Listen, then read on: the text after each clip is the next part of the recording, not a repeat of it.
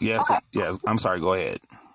Oh, no, I just want to tell you that I really appreciate you for coming on my channel.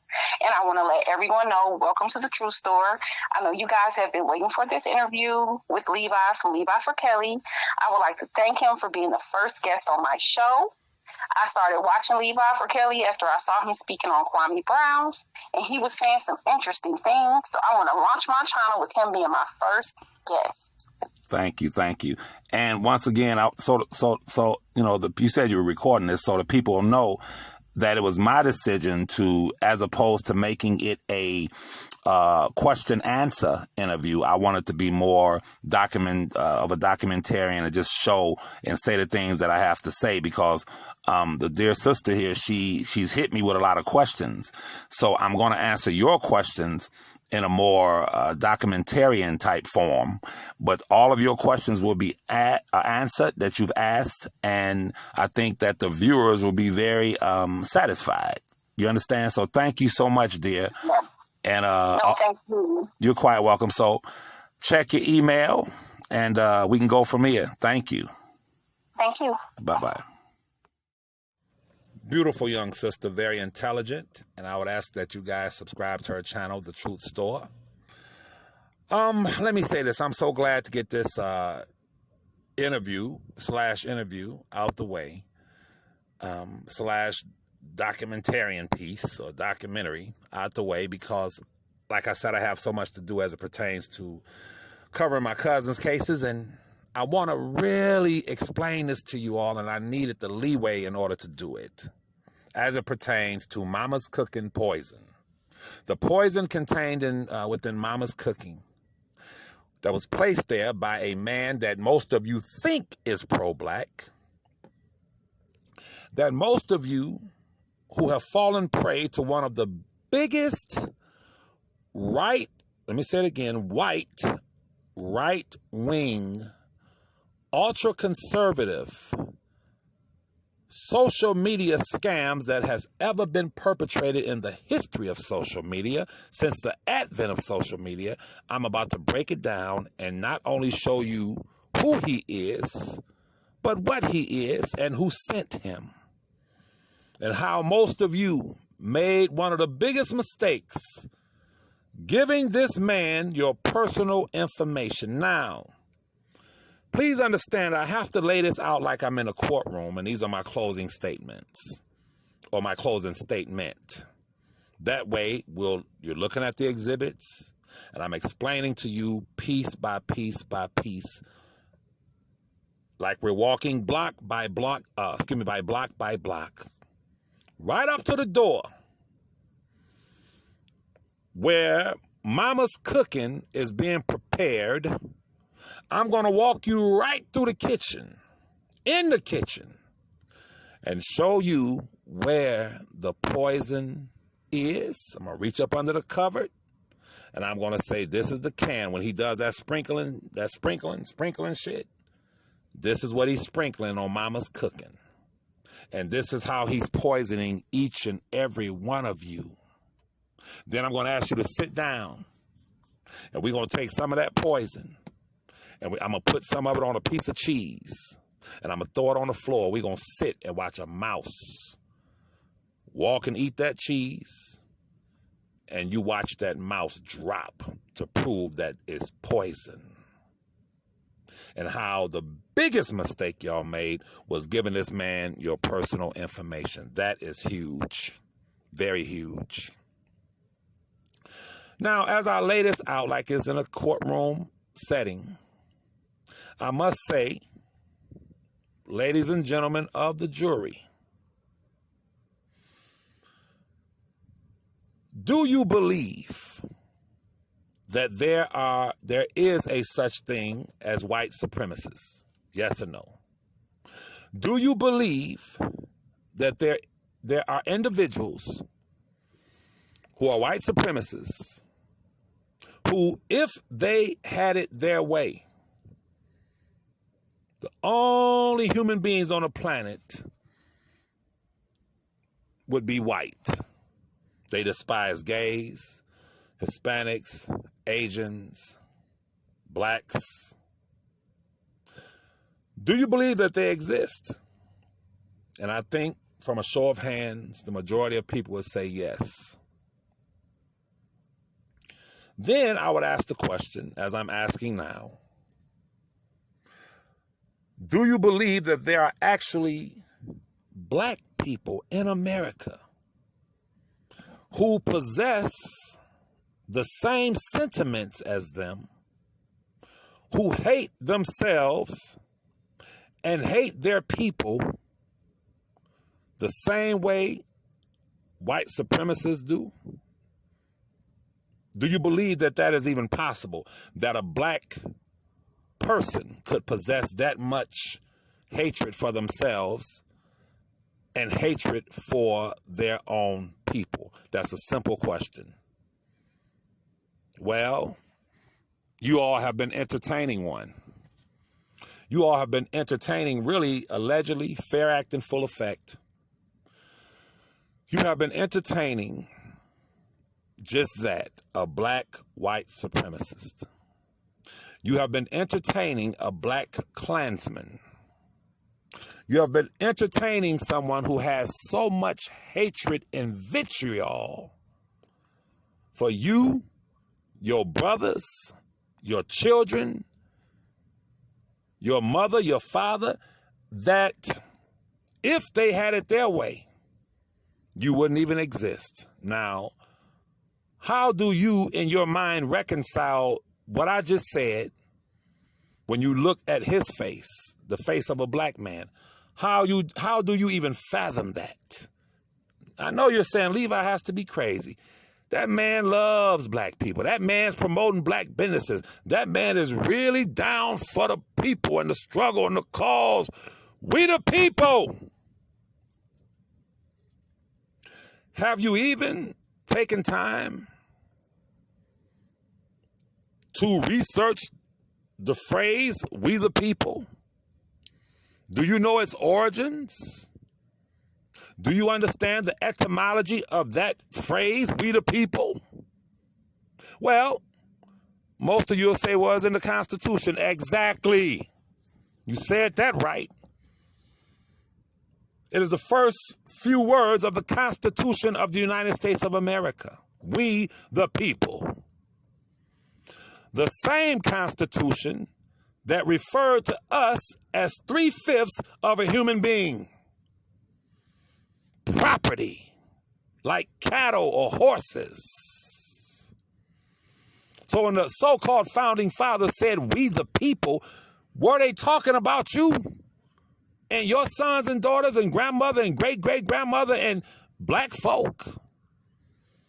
So why would this individual adopt that slogan, we the people, when it was when he know and we know when it was originally stated, it did not include us, nor have we been able to enjoy the benefits of we the people since its inception, since the Constitution was drafted. None of us, our grandfathers, great-great-grandfathers and mothers, have been able to stand and proclaim that we are Americans. Must I remind you how we were lynched from trees, burned at the stake, denied access to education, couldn't read a Bible, couldn't read a book, such to the extent that to this day, they say if you want to hide something from black people, put it in a book. Do I have to take you down memory lane to show you who this man is? We're walking block. I'm taking you block by block on a scenic route. So when we end up in his kitchen, figuratively speaking, not literally, fair act in full effect, you all will have it all. And as I said, I don't have to speak about him no more, because this right here that I'm presenting is going to blow your minds. Must I remind you? See, I got to take you down these blocks before we get to Mama's kitchen so I can show you the poison in Mama's cooking. Must I remind you that when We the People was written, black folk were slaves. Some of the so-called founding fathers who signed on and wrote and signed their John Hancock to that Constitution were slave owners. Huh? Must I remind you that after We the People was written, black soldiers were not even allowed in the same sleeping quarters, eating quarters, dining quarters as their white counterparts.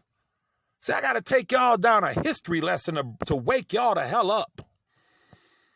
They couldn't even sit and eat with white soldiers, but at the same time, they were sent abroad to risk their lives, and so many millions, hundreds of thousands, if not millions, lost their lives when We the People, as it's set on the Constitution. Must I remind you that black people, black soldiers, have fought in every single war that this country has engaged in, unjustly, might I say. And those who were not killed and maimed, when they came back, could not enjoy the fruit of We the People. Some of them went over there and fought and made it back here. Google it. And were beaten and hanged and gunned down in the goddamn streets by law enforcement, so-called law enforcement. In prison, locked up, huh? I mean, I don't want to get upset. I don't want to get off. we're going to walk slowly down these blocks. But let's be clear. It was a reason why he adopted that phrase, We the People. And y'all fools sitting over there sending him your information, sending him your personal information through credit cards and mailing him some goddamn shoes.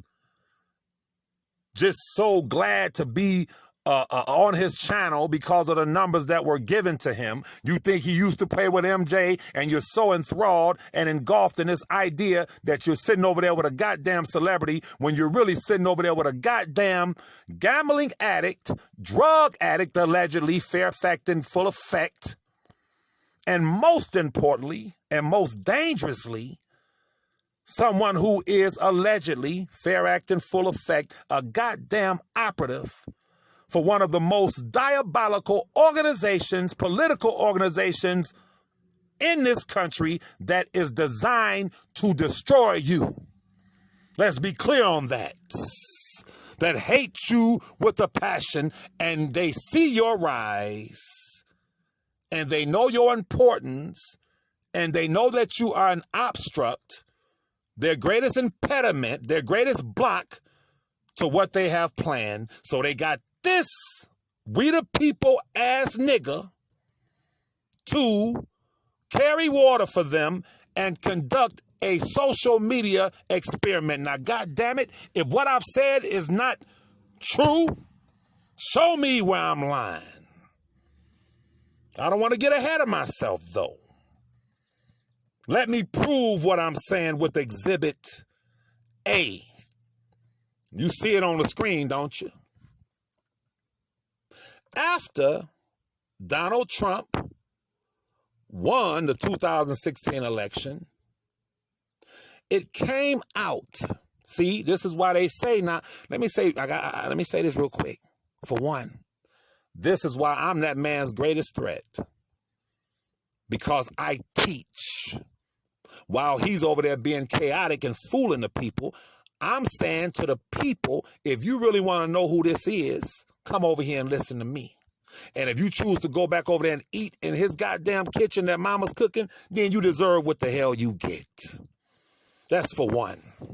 For two, the reason why I'm his greatest threat, when I said in my last video that I was an anomaly and he was an anomaly, it is because I am probably the only black person that was tuning into his channel that has always had 1 foot in, 1 foot out. I said it. I said I'm an anomaly, which means I have ran in conservative circles and conversated with them. I live in a conservative community. You understand? But I don't compromise who the hell I am.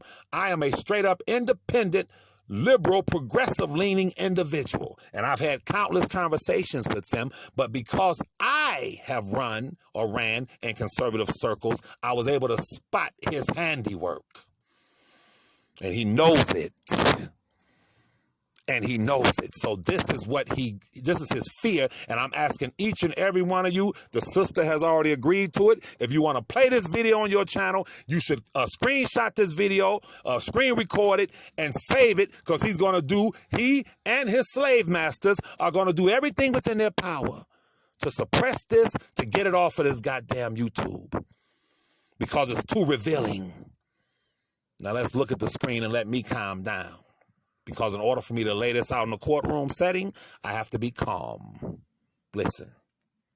After Donald Trump won, several articles have surfaced, but I'm going to read this one. I think it was CNN. It says, a Senate inquiry has concluded that a Russian fake news campaign targeted no single group more than African Americans. Ain't that something?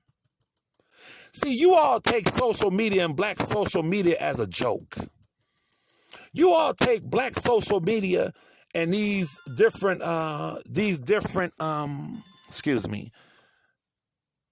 channels and our involvement, even though it's 90% jokes and laughter, entertainment.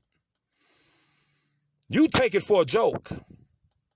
But your enemies, the slave master's children, the slave master's children, they don't take it for a joke. They understand the importance, and they understand how it in itself, black social media, was the #1 instrumental factor in defeating their leader, Donald Trump. I'm going to say that clearly. While you're laughing and joking and sitting over there with that dangerous man, that black Klansman, they are conducting an experiment because they knew the only fly in their soup, the only reality of the obstruct that prevented their leader from taking power again in 2020 was you all, us. Now, I'm going to give you a piece of meat right now, then I'm going to go back to it, but I know how we are. Y'all, a lot of y'all are so damn, like I said, if you want to hide something from black people put in the book, a lot of y'all are so agitated and irritated like you have ADHD, you need some goddamn Ritalin, that you can't listen and allow me to lay this out and then make a decision. You understand? I cannot turn this phone off. You can't listen, relax. So I'm going to give you something to chew on. Like a baby, you know how a baby, I'm going to give you a damn teaser. A teething ring. Because a lot of y'all are child-minded. I'm going to give you a lollipop just so you can sit there and listen. Then I'll get back to what I'm saying. Where did he hold his so-called shoe drive and event at? Brunswick, Georgia. Is that correct? Did you pitiful, poor black and Hispanic people, I saw a couple of Hispanic women and people there. Did you know what he was really bringing you to? Did you know that you were really going to like something similar to a ritual to pay homage to his leader, Master Trump? I'm going to say it. I'm going to ask you again. When you went, those of you who sent stuff to Brunswick for Brunswick and those who physically went to Brunswick, do you realize the significance of Brunswick, Georgia? Do you know anything about Brunswick, Georgia? No, you don't. You know why? You're too busy being entertained. You bitch, you hoe, I'm gonna kick your drawers in your ass. See, you're so busy as grown-ass black men and women being pulled in by the laughter and the jokes and the entertainment that you don't even stop and do the history of some place this goddamn man is asking you to migrate to. Well, let me tell you two factual truths about Brunswick, Georgia, that you didn't even stop and think about, most of you. One fact, check it out, is what you're looking at on the screen right now. Do you remember the black brother, our brother Ahmaud Arbery, who was jogging down the street? Remember that back, I think it was February. Do you remember he was jogging down the street minding his own business after, I believe this occurred after Trump was defeated? Do you remember he was jogging down the street minding his business, and I believe it was 3 white guys grabbed their guns and shotguns, tracked him down, and murdered him in cold blood? Look at your screen. Do you remember that incident? That murder, brutal murder. Now, the next question is, people, do you know where it occurred? Read it. That was right there, Brunswick, Georgia. That was Brunswick, Georgia that it occurred at. It says a neighborhood outside, but it was right there, Brunswick, Georgia. Where it was located is known as Brunswick, Georgia. But when he was there, did you hear him praising Brunswick, Georgia? This is such a nice place, and y'all damn fools sitting there, and that man didn't mention one time, by the way, since I have y'all here, let me take you on a tour where our brother Ahmaud Arbery was murdered. He praised Brunswick, Georgia. Yes or no, goddammit? Let me calm down. Don't play with me. Don't play with me. I'm presenting facts. And I get upset out of my love for my people as I look at this brother's face who had to leave here like Emmett Till, who had to be brutally murdered. When I see my brother's face, I take it personal. Now, I'm going to ask you again, while he had y'all in Brunswick, did he say, let's go by here? Oh, by the way, this is where our brother Ahmaud Arbery was murdered. He didn't mention it, did he? But he praised Brunswick. Alleged black Klansman is what you're dealing with. Now, let's deal. This is Exhibit B now. But there's another exhibit as it pertains to Brunswick, Georgia. When I say that you did what is called it was a ritual. The reason why he brought you there. Let me tell you something else about Brunswick, Georgia that you may not know. Look on your screen. Now let's deal with some facts. Go along, get along, Kwame gang members, you goddamn cult members. Look on your screen. Did you know that Brunswick, Georgia is the only American city, small town, city, whatever, that has a gold statue of his leader, Donald Trump, in the middle of a roundabout? Look on your screen and Google it for yourself. Don't take my word for it. The Trump Memorial Roundabout in Brunswick, Georgia.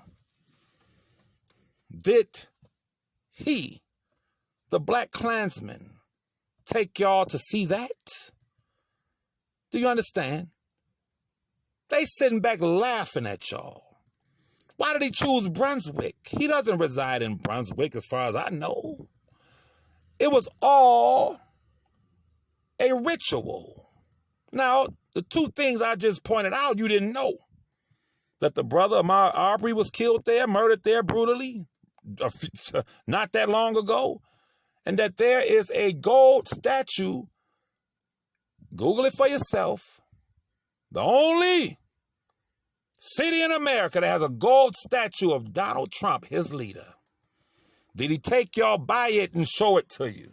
Huh? Yes or no? Did he mention it? But we all heard him praising Brunswick, Georgia, a place where if your sons and daughters chose to go for a jog, a walk, a bike ride down the street, they can be lynched or gunned down in the goddamn road. I might have to take a break from this presentation. I might have to ask the judge for a recess so I can collect myself, because I get so upset when I try to talk to people and I say things and they take me and say, you clout chasing, you're doing this, you're doing that. When I come with the facts, for one. For two, I don't have time to even talk about this fraud. But when I'm trying to wake people up, and they in turn, I'm telling you, there's a fire in the house. There's fire. Y'all get out the house, and they fighting me? Well, stay your ass in here then.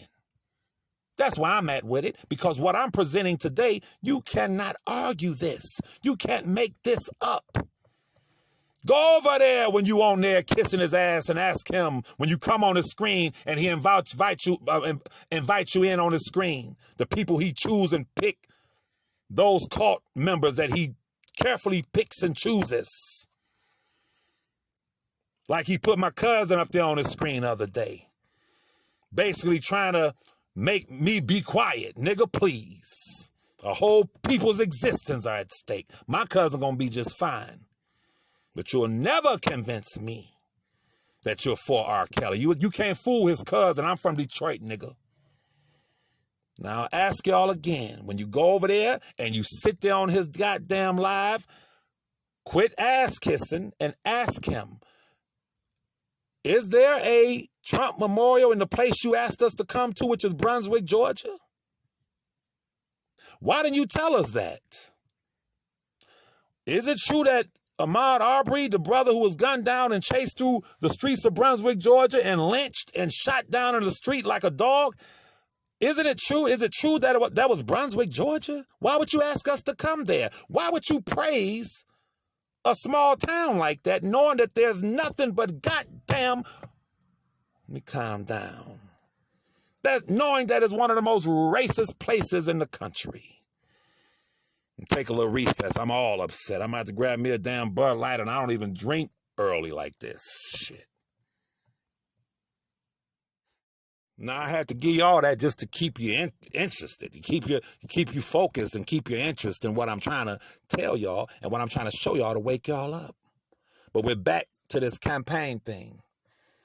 Let me say it like this. In 2016, Trump was able to win because he and his alleged fair act in full effect, because the Russian trolls or Russian hackers made it no secret that they wanted Trump to win. If you remember, Trump said, if you can hack into Hillary Clinton's computer, do that. Y'all heard him say it publicly. Well, according to all the articles that came out and what was revealed, they were targeting black people via social media. That is a fact. This article says Trump 2016 campaign targeted 3.5 black Americans to deter them from voting. Now, let me show you with the next article. Exhibit C. The article goes on to say, the claims have come from an investigation from Channel 4 News, which was leaked. A copy of a vast election database. Stop. What did I say? Allegedly. Fair act in full effect. They needed a database in order to target these African Americans. They needed their information. Do you follow me? This is why he never wanted y'all to go through a third party. Anyone who is given a drive, they designate a certain couple of shoe stores, and they say this is where you go, where you can donate shoes, and you give it to Foot Locker, you give it to Champs, you give it to this, you give it to that. But he wanted y'all to send your information to him, allegedly. So if you choose to go to an attorney to make sure that your information as black business owners and black citizens and Hispanic citizens don't end up in the hands of his alleged slave masters, then that's what you do. That's your prerogative. I can't tell you what to do. Fair act in full effect, damn it. Shit. You still think I'm crazy, nigga? Huh? You still think I'm crazy? Let's read. The claims have come from an investigation from Channel 4 News, which was leaked a copy of a vast election database. It says was used by the Trump campaign in 2016, comprising the records of 198 million Americans and containing details about their domestic and economic status acquired from market research firms. The investigation claims voters were segmented into 8 categories. One was marked deterrence, meaning to deter them. Those placed in the special category for deterrence, voters thought likely to vote for Clinton or not at all, were disproportionately black. Listen, according to the investigation, the Trump campaign's goal was to dissuade them from backing the Democrat entirely by targeting them with dark adverts, which were advertisements, on their Facebook social media feeds. Stop right there. Let me calm down so I can lay this out.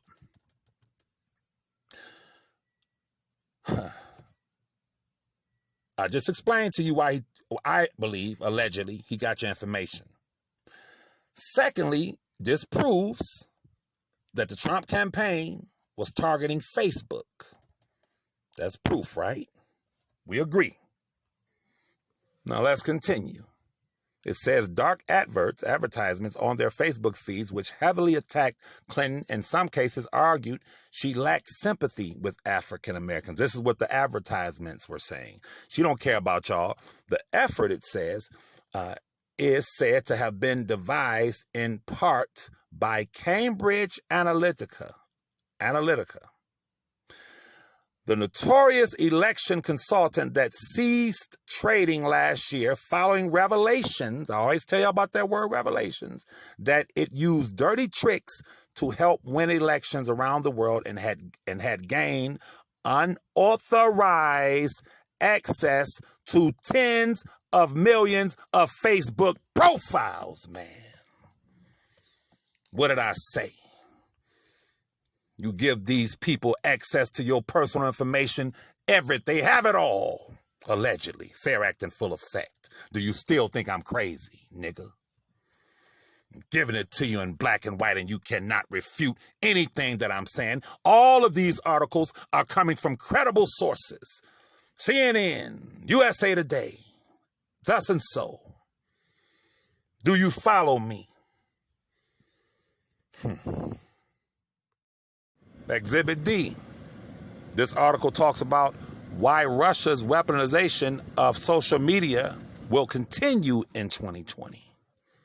Meaning that they're going to use it again. They're going to still use social media to achieve the objectives, allegedly, fair act in full effect. This is for educational and teaching purposes and entertainment, in order to get the conservatives back on track, in order to reseat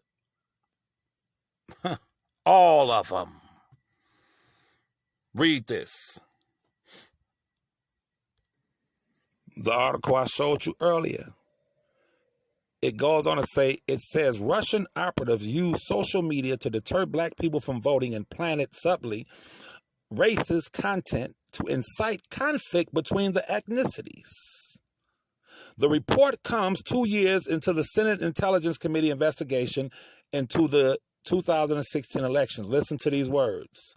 Social media firms say they will try to prevent from it happening again.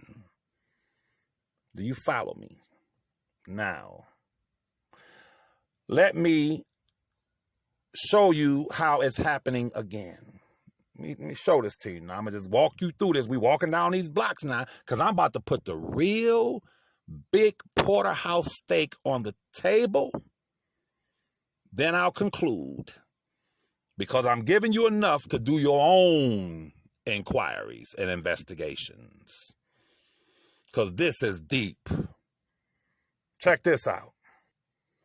I said that the good old country boy's 400 plus subscribers were given to him. Didn't I say it? I said he did not earn that organically. So I don't want to spend a lot of time on this. It's right there on your screen. See, a lot of you that's over there laughing and him, I'm going to kick your drawers in your ass while you giving this man your personal information. Allegedly, a black Klansman, allegedly fair act in full effect for educational purposes. A goddamn black white supremacist, fair act in full effect for educational purposes. While you so busy enthralled by the fact that he used to play with MJ, while you're sitting there trying to be seen and be cute, some of you 40, 35, 40-year-old women, 50-year-old women, chasing after him. You are so sick and pitiful and thirsty and hungry for a goddamn man that you will, listen, most of you don't have productive men in your homes. That's a fact. You just don't. Real black productive men who will not call you a B when he get mad at you and tell your son how you was a hoe and how the baby was conceived while you was in college and you was screwing another nigga. Like this dude, mama's cooking. You understand? A good old country boy. But you're so pitiful that you're willing to accept a virtual boyfriend, as opposed to you getting off your ass, cleaning up your damn house, getting yourself together, worried about you and your real existence. Most of you are now involved in a virtual relationship with a nigga you never met and will never meet. A black alleged fair act in full effect for educational purposes, an alleged black Klansman who hates you, your sons, your daughters, and his goddamn self. That's a fact. You're so sad, but I don't want to spend time on this here. It's right there in black and white. How to buy YouTube subscribers that are real and active. Now, there's so many articles. Just Google it. Go on YouTube. They'll show you can buy some if you want some. And allegedly fair act in full effect, I maintain, it is my position and contention that those same entities gave him them numbers with an agenda. And that is to promote the right-wing, conservative, white, alt-right, ultra-conservative, extremist, white supremacist agenda. Now let me give you the porterhouse steak. Let me give you Kwame go along, get along members something that you can't get around, get over, or under. And really, I could just close it out after I give you this porterhouse steak, but I'm going to stay around and give you a little dessert too. Now, once I lay this out, if you still thinks that he's for black people and he's pro-black, black businesses, and you're white zaddy, and white folks this, and white folks that, if, after I point this out, if you still think that all of that talk is real, then shame on you. I want you to focus on May 25th, 2020, when the country changed forever. And that is the lynching, the murder, the outright slaughter of our brother George Floyd. However, I would ask that each and every one of you write down the date of May 25th, 2020. And I would ask that you, in your minds, go back as the jurors, because I'm going to ask you to render a verdict at the end of this. Go back, close your eyes and go back to May 25th, 2020, when you looked on your phone, your computer, or on your flat screen television, and you saw that beast with his neck in our brother George Floyd's, his knee in his neck. May 25th of 2020. Listen, I don't think most of you can deny that you cried. If you didn't cry then, you cried listening to the trial. I couldn't even watch the trial. It was that traumatic to me. It was just too much for me to take. People kept calling me, you see, that was for 9 minutes he did that. I can't even talk about that because it still haunts me. But I tell you this much, the country was changed forever. I tell you this much, the protest that it sparked, black social media was a navigation tool for the protesters. Black social media was the #1 tool that defeated Trump in months to follow. Are you following me? After this man was murdered, I'm telling you what I know. I'm not telling you what I think. As I said, I talk to conservatives at my coffee house. They live in my community. Was a predominantly conservative white community, rural area. And what I noticed was after the death of George Floyd, whether y'all know it or not, the country was on the brink of a civil war. It was. But what I observed was that even though staunch conservatives, don't take my word for it, the data, the news reports, Donald Trump's cabinet members, all of this information is out there. Some of the most staunch conservatives, some of the most biggest supporters of Donald Trump walked away from him because they felt allegedly fair act in full effect for educational and entertainment purposes. They knew that his rhetoric, they felt that his rhetoric was not only the main contributing factor to the death of this man, but it was his racist rhetoric was the main contributing factor to the country being on the brink of civil war. Fair act in full effect for educational and entertainment purposes. So I spoke with staunch conservatives who said, I'm still conservative, but I'm not backing that guy. I want y'all to hear me for a minute because this is the porterhouse steak I'm giving you. And it is very important that I articulate this the right way in a calm way. America changed forever. And those who were of the mindset that racial profiling didn't exist, those who wanted to defend Trump, even those who had racist tendencies, and you know what we talking about. We know, I ain't got to keep saying it, how they get down. Even they turned their backs on Donald Trump and said, no, enough is enough. Now you're trying to bring us into a situation where it's going to just be an all-out revolution. This is too much. And then you had some that I spoke with who apologized to me and said, all my life, my father, my mother, my aunts, we would always talk about how that's bullshit. They know the police don't do that to them. But seeing it for myself and seeing how comfortable that officer was killing this man like that, they really walked away from Trump. And some of them even abandoned the conservative party. Every night, Mr. Mama's Cookin, every night, sir, ask anybody that know me, every single night, I go to bed listening to Michael Savage, a outright conservative guy.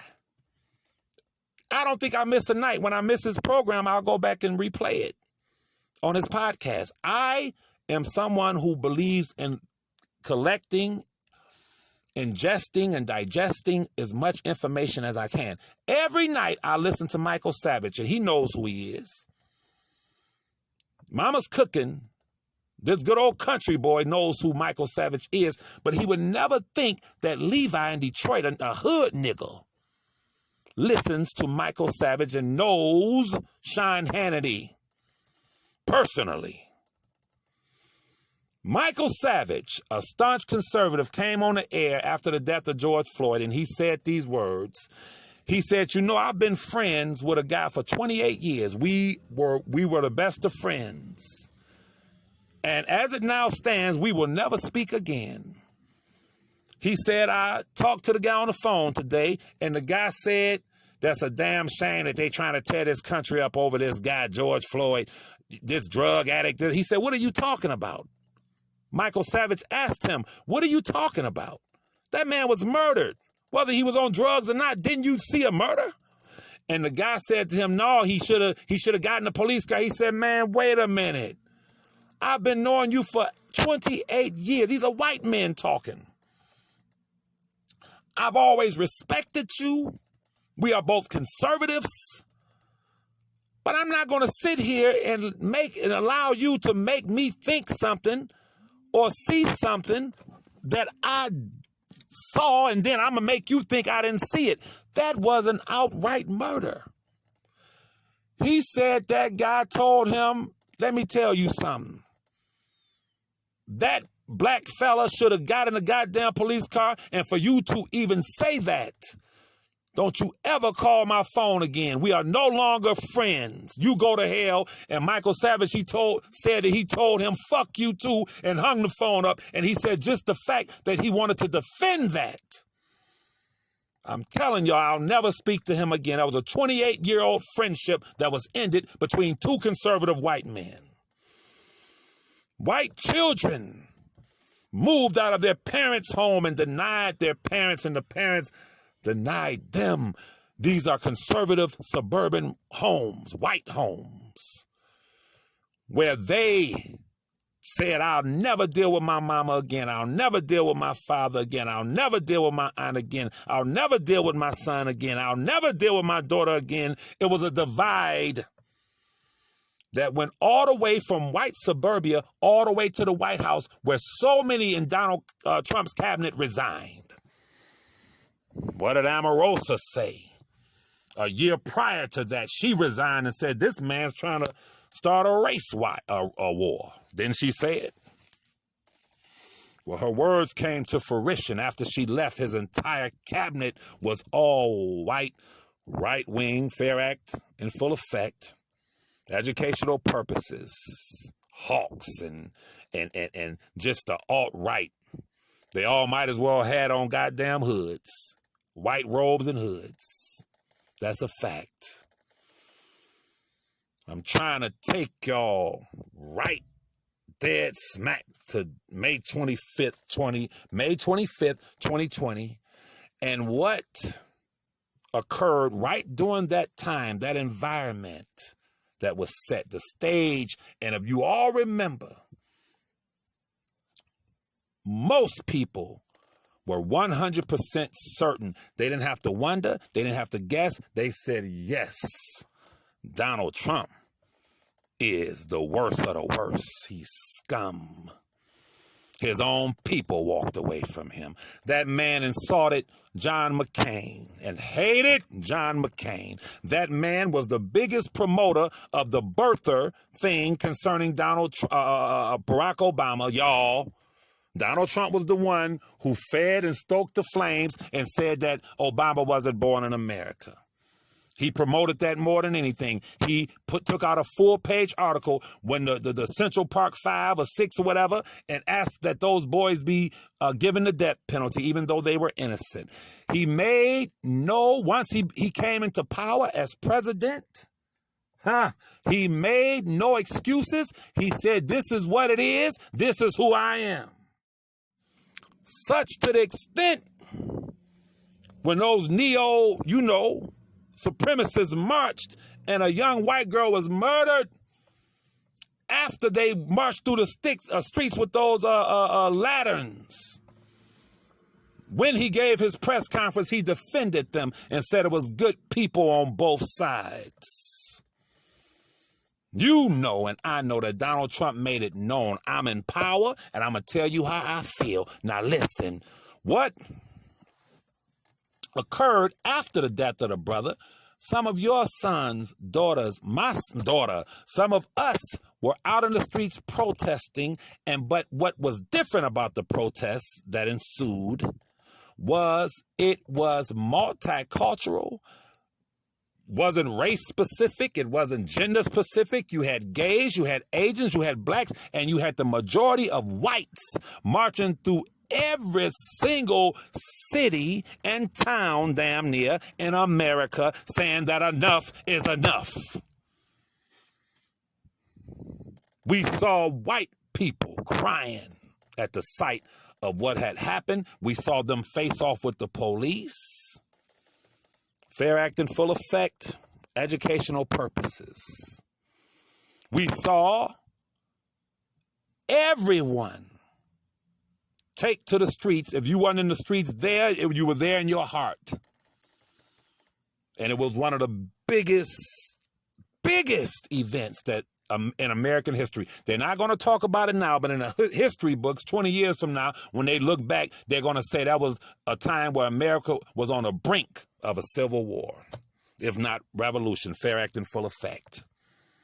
All because of Donald Trump, his slave master, allegedly Fair Act in full effect for educational and learning purposes.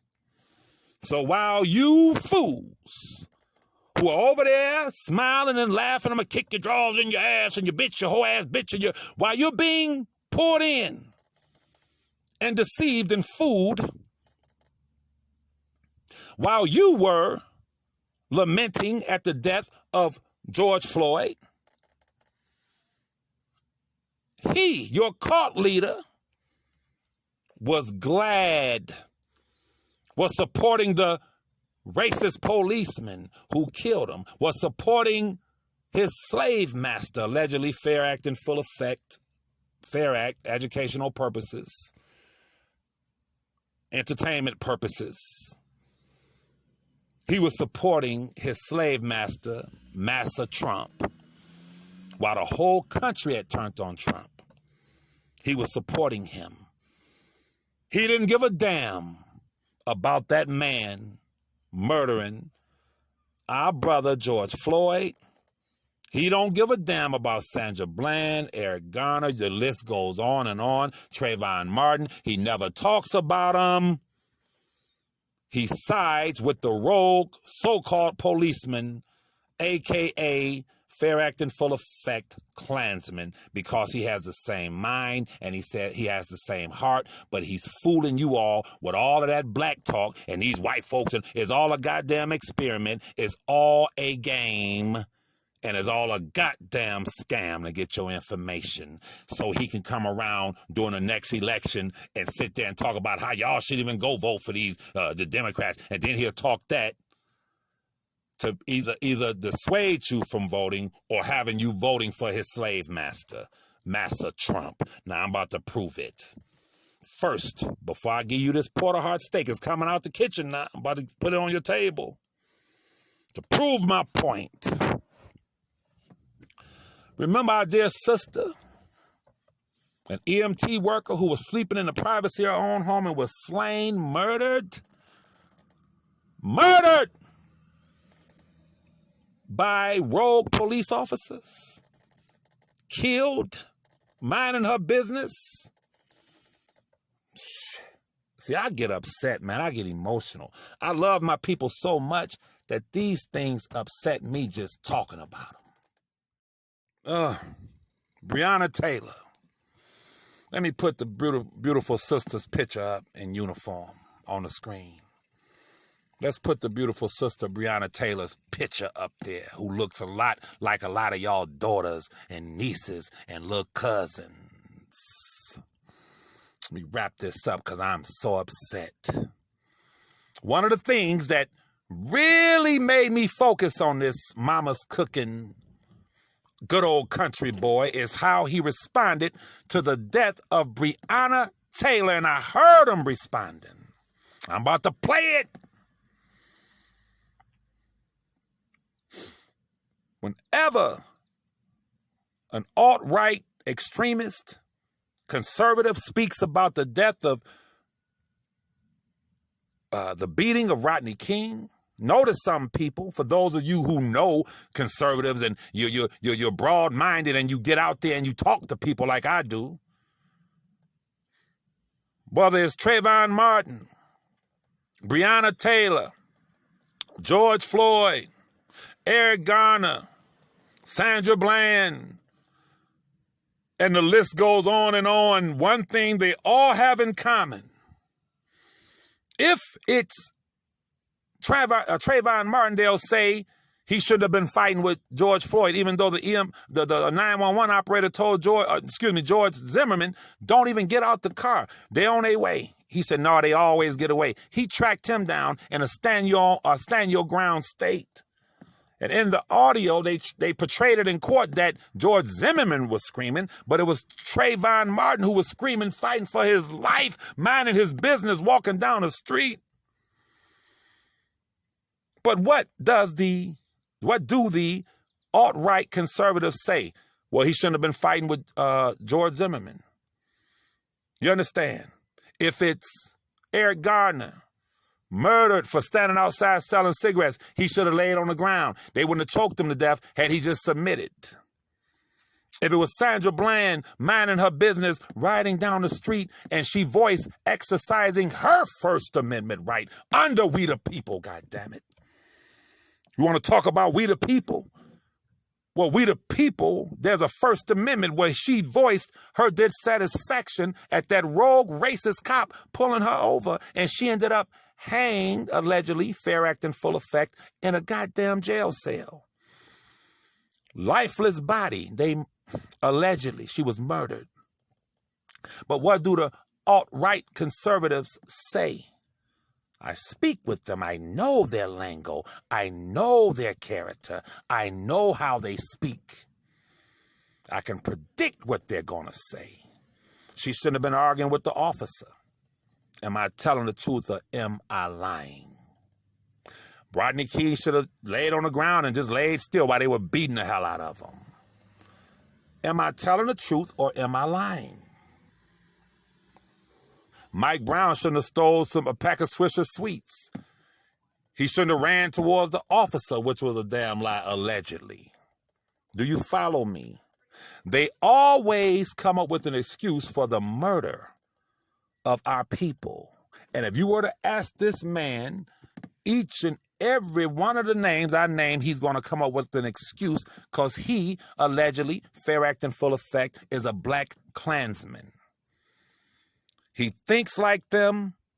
He shares the same exact sentiments as them. Do you follow me? Anytime we're gunned down, brutally lynched, killed, knees on necks, they make excuses for it. You put your hands up, like Mike Brown, they gun you down where he should have laid on the ground. You lay on the ground, he shouldn't have moved. You follow me? You submit and let them put the handcuffs on you, and they lay on the ground and put your goddamn knee on your neck and murder you. Well, he should have just went on and got in a police car, even though he was claustrophobic. It's going to always be an excuse. Look at our sister, Breonna Taylor, our beautiful sister. See, when I see Breonna Taylor, I see my babies. I see my nieces, my nephews, my nieces, my female cousins. You follow me? And even my nephews and my male cousins, we're all black. When I see this sister, she wasn't a drug user, a dope head like certain people. She wasn't a gambling addicted person who jacked off millions of dollars and shit. Now they trying to sue Merrill Lynch. You still think I'm crazy? She was a law-abiding citizen, and what hurts me to my heart is that she chose a career to save lives. She was an EMT worker, which meant what? If somebody was laying on the ground with vomit on their mouths, her job was to clean it up. If she couldn't get the suction cup, she put her mouth on their mouth to give them mouth-to-mouth resuscitation to resuscitate them. This was a woman who chose a career that she would go inside burning buildings and go inside of houses with people laid out shot and administer them care to sustain them, to stabilize them, to get them to the hospital. EMT workers are more important than even doctors, nurses, and surgeons because you need to go through them to get to trauma care. Very, very beautiful people who hold a noble position in this country and around the world, EMT workers. They don't get the credit they deserve. But this sister, an EMT worker, after a hard day's work, was laying in the privacy of her own home. A search warrant was served on her house for a brother who she was no longer with, her ex-boyfriend. When they got there, all of the witnesses said they did not say police, they just kicked the door in. And the boyfriend that she was with then did what all of us would do, did what Mama's Cookin would do. He always talks about how he got guns, and if you mess with him, he gonna protect his property and protect his family. Well, the brother that was with Breonna Taylor that night did what all of us would do. God forbid you see here a rumble and somebody kick your goddamn door in. I'ma say it again. All of the witnesses, it was late at night, 2 in the morning, 1 in the morning, whatever. None of them, all of them said they did not hear those rogue officers say police. They shot up that goddamn place. They shot that motherfucker up and murdered our sister. Before I finish this, I want you to hear what the man said who y'all support, who y'all go over there giving them your goddamn money, your information. I want you to hear his words, how he felt about it. What you're about to hear is Mama's Cookin, the good old country boy, say in so many words, Breonna Taylor deserved what she got because she was dealing with a thug who they had a search warrant on. And the guy, her new boyfriend, was a thug also for defending his woman, himself, when that door was kicked in, hearing them come in on him, not knowing who it was, and fired shots, even though it was proven they fired the first shots. Listen to your good old country boy, the one y'all fantasize about. Fuck that. I want you to hear him for yourself, what he said. Listen up. Is not going to play out in real life. He's talking about a Breonna Taylor case in which a young lady allegedly was with a guy who sold drugs, or she was with a guy beforehand who sold drugs. She broke up with this guy, and then the new guy had a firearm, and when they kicked in the door, allegedly they started shooting and all these other things. But instead of somebody finding that through line and understanding that decision making plays a part in how your life play out, you could decide not to take the SAT.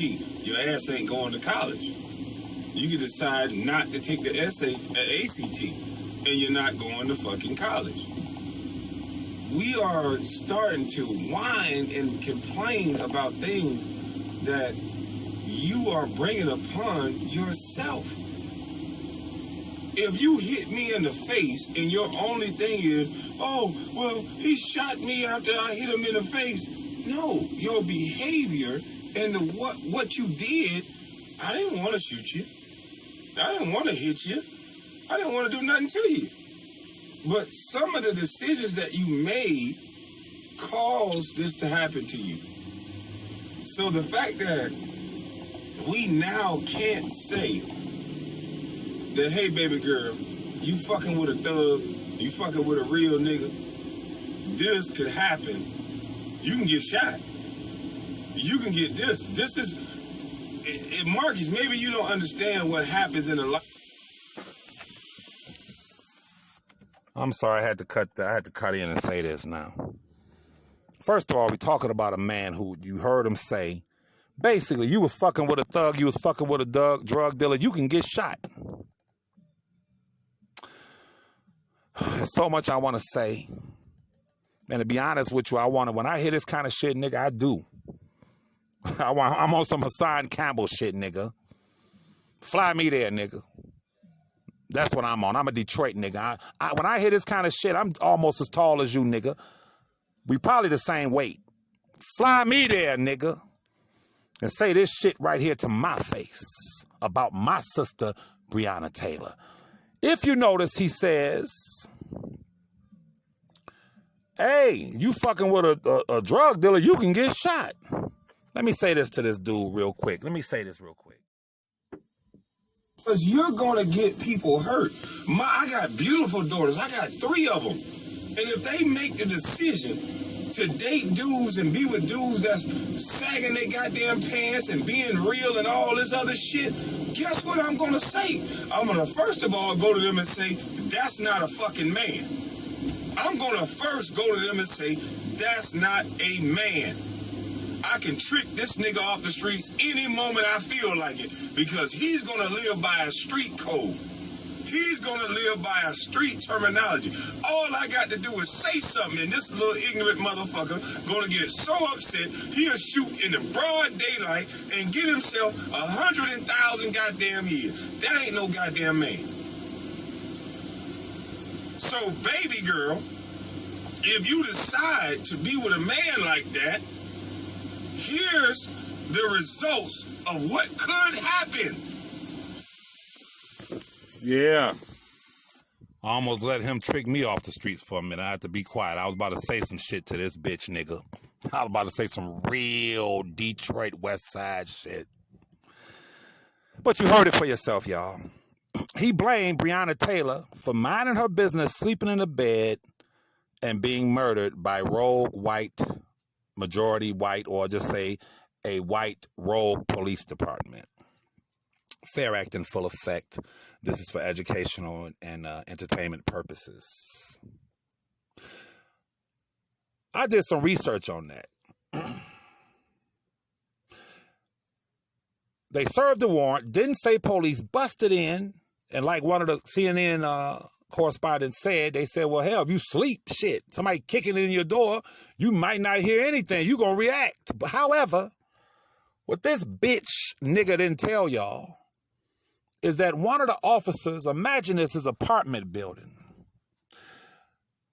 When the shooting started to start, which we all would shoot if someone is kicking in your door, when he saw this black guy returning fire, not knowing who they were, one of the rogue officers went out in the street. Look at our sister on the screen. And start shooting through the goddamn door, the window, where the patio door was, and it was a big sheet up there, curtain, so he couldn't see. He didn't know who was on the other side, and he shot, meaning this nigga shooting at us, and he shot, and the bullets went through her apartment and almost killed a 5-year-old black baby and a woman. He didn't give a damn who he shot. It's a black apartment complex. I'm going to shoot this motherfucker up. And your leader, you just heard him say that this beautiful sister deserved what she got because she dealt with a guy who was a thug and a drug dealer, and he don't know nothing about those guys that he's referring to. You heard him talk about, if your pants are sagging, then hell, you can get killed. But what did he do before one of his lives? Did you see him show his watch and had his pants sagging and was dancing? Y'all remember that? Before he went live and was doing a rap song? Don't he reference rap songs all the time? Don't he reference gangster rappers all the time? Well, does that make sense? You referencing rap songs and talking rap music to these black people, but you said those who listen to rap, those who are thugs, can get killed just for being thugs and drug dealers, and basically they should be killed. Does that make sense to y'all? Now do you believe when I say he's full of shit and he's a fucking operative for his massa, Trump?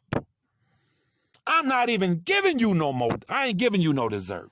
I'm going to give you this porterhouse steak, put it on your goddamn plate, and I'm done. Because what I just heard made me sick when I see our beautiful sister, Breonna Taylor, on this screen. It sickens me. It hurts me that he would speak about this girl as if she was nothing because she chose to deal with men who were men. All y'all talking about these thugs and these gangsters and all that. When the shit hit the fan, who you gonna go to? An office nigga, a corporate nigga? When the shit goes down, who you gonna run to? Some suit and tie nigga? Or y'all gonna run back to the hood? Fair act in full effect for educational purposes. Are you gonna run to the hood where the thugs and gangsters are? Who don't give a fuck? Huh? When Kwame's friends come after you, those people, where you running to? He despises young black men. He despises black men who are not ass-kissing fools. He even despises y'all. He's making a fool out of you. He wants to be a thug. He wants to be a nigga with swag because he saw all of us getting the women when he grew up. He was just a tall, lanky, gumpy ass, nerdy ass, no swag ass bitch nigga. And he hates it. His frustration, all of that comes from him being set to the side, and the only time he can get a woman was when he got into the NBA and he spent his goddamn money tricking. But he hates authentic hood niggas. You just heard him say that this beautiful woman deserved what she got because she was dealing with a street dude. It sickens me. Now here is your porterhouse steak. I'm putting it in the middle of the table and I'm walking away. I'm going to leave it on the screen for a minute and I'm going to tell you how you legally, fair act in full effect, can access this public information for educational and entertainment and learning purposes. This is public information that only I, myself, being affiliated, associated in certain circles, I'm able, I don't have to wonder. I'm able to pick up a phone and call a conservative and ask the question, where are the public records? Listen closely. I'm done after I say this. And you share this video and you send it to everyone, every blogger who wants to play it. The dear sister and myself, we give you full permission to play this on your channels. Because I'm about to give you the real deal, what he don't want you to see. And I'm going to give it to you and walk away. I'm not going to tell you and go into detail about this right-wing conservative funding source called WinRed. Write it down. WINRED. WinRed. I'm not going to tell you about it. I want you to research it. It is a funding source that was set up by Trump's people. And they even defrauded Trump supporters. It was a funding source. But y'all do your own research, bloggers, on that. I'm about to get this to you right now. I'm about to close this out. But before I leave, I'm going to give you the porterhouse steak. T-bone, whatever steak you prefer. I'm about to give it to you. And I'm about to give you whatever sides you want. You feel me? I'm about to give you, what do you like on your steak? A1 steak sauce? Heinz 47? I'm about to give it to you now. Now, as I said, the problem with Mama's Poison Cooking, dude, is that I myself, I've said it, I know conservatives. And I just happened to call one about a week ago, maybe less than a week ago. And I sent him over to Mama's Cookin's channel, the poison guy. And he came back and he said, wow. He looked at the flag behind him, how it was positioned. Now, keep in mind, this white guy is a staunch conservative. However, he's not an alt-right extremist, KKK type. We have a decent rapport. And the way he explained it to me, the flag, the way it's positioned over his shoulder is a symbol for the alt-right, for the extremists, for the KKK folk, allegedly fair act in full effect. He went on to explain to me certain things about it. Then he called me back later that same day and said, oh, wait a minute, he's talking about learn the code. I said, yes. He said, I just looked. He's talking about learn to code. And I said, and he said, listen, learn to code is a code that they use. It's like a private handshake. It is like a dog whistle. It is to let each and every one of these extreme right, racist dogs, fair act in full effect, educational and entertainment purposes, know that they're true with the program. It's a secret handshake. And the way he explained to me, I thought about it. I said, wait a minute. And he pointed me to an article that you see now on the screen. And I want you all to go read it for yourself. I'm not going to walk you and hold your hands like your children. Go read it for yourself. I'll read an excerpt of it. And check this out. After I thought about it, he said something to me that really blew me away. He said, why would he be talking about learn the code when, this is a white dude, when the illiteracy rate in all of the urban schools amongst African Americans and other minorities and even poor whites is so high? First, you got to fix the illiteracy rate in order to teach children to code and trade and trades. And that is absolutely true. I don't care if you teach them to be a mechanic. They got to be able to read and write. They have to know measurements and mathematics. Do you follow me? So what he said just really got me to thinking. It's all a code. This man is full of shit. It's a code. How can you introduce code and trading, trades to urban schools and where black boys are when the illiteracy rate is so high they couldn't grasp it any damn way? The shoe drive, the learn the code, all of this is an experiment, y'all. And I'm directing you to the sources. I asked him, I said, by the way, I'm not getting ahead of myself. I said, by the way, since I have you on the phone, you donated to Donald Trump, right? He said, yeah.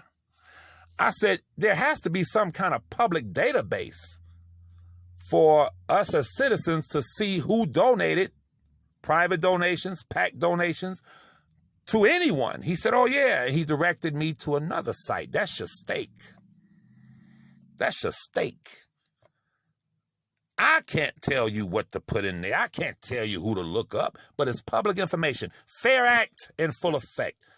Entertainment and educational purposes. I'm letting you all know, even to go along, get along, Kwame gang members.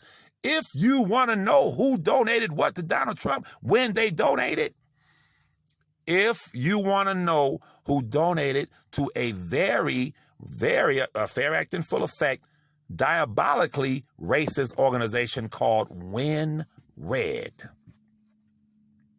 The information is right in front of you, is right on the screen. Do you follow me? However, I want to touch on this article first and give you an excerpt of the article. Google it yourself. It's called The Fidget Right Wing Origins of Learn to Code. Do you understand? Google it. Read the article for yourself. It's from a journalist who worked for the Huffington Post. However, the long and short of it is that she worked for the Huffington Post. She was fired, and she all of a sudden saw a bombardment of people in her emails, on her Twitter account, all at the same time, sending her a message. And that message was, learn to code. The way he explained it to me is just a secret handshake. It's just a nod. It's just a dog whistle.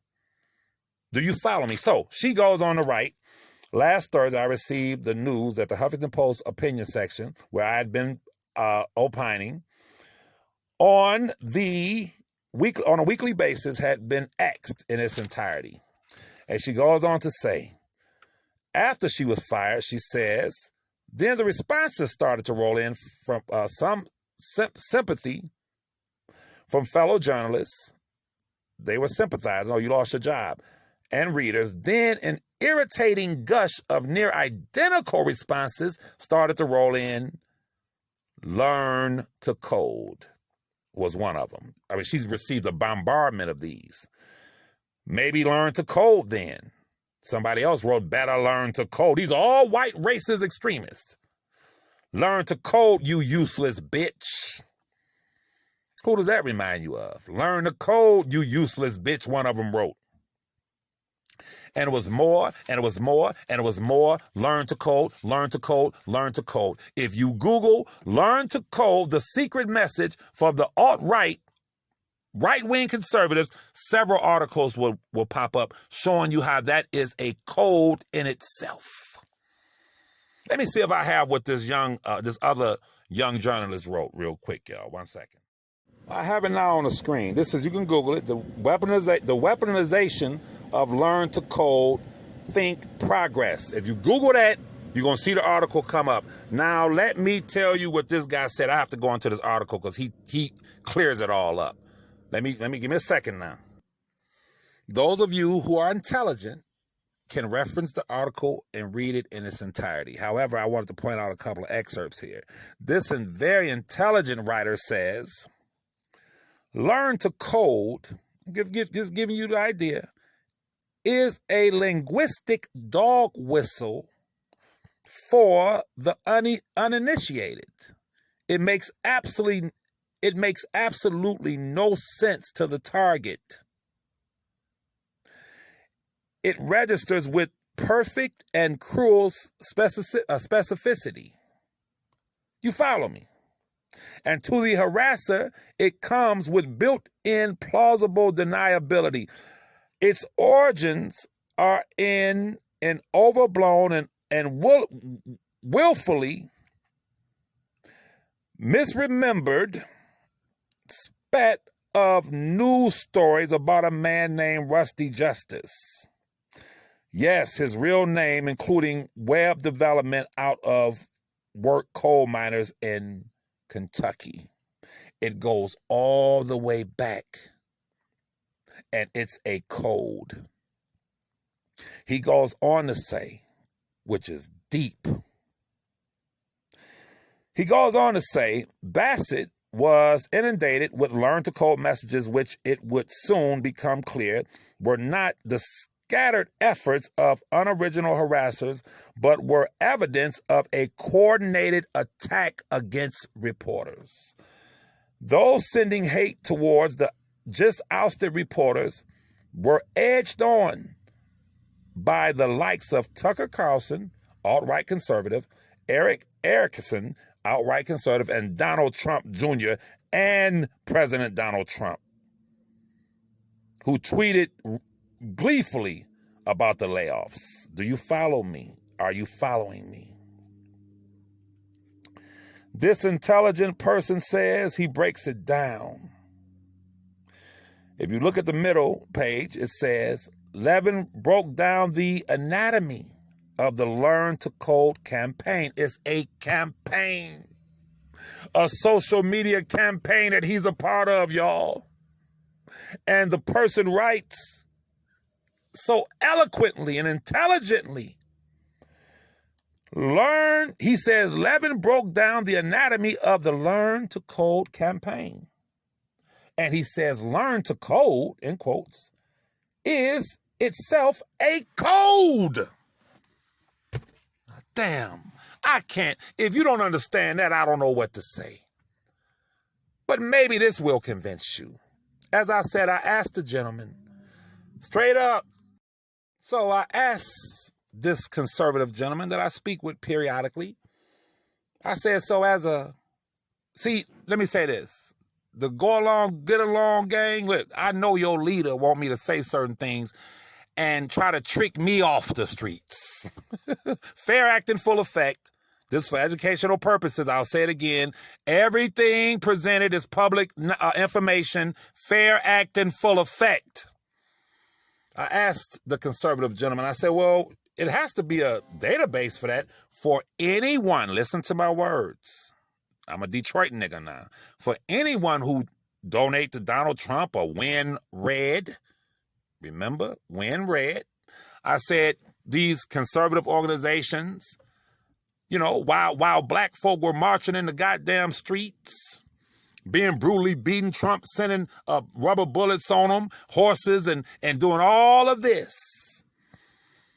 Right before the election took place, I said to him, let's just say if old wolf-faced raccoon-looking motherfucker wanted to be a part of a PAC donating billions collectively, hundreds of millions to Donald Trump. Let's just say hypothetically, if a wolf-faced, hooker-smoking, black Klansman, Fair Act in full effect, cutthroat, kick your mama's drawers, kick you in your drawers, kick your drawers in your ass, fake, perped out, pro-black, talking about the white man this and white man that.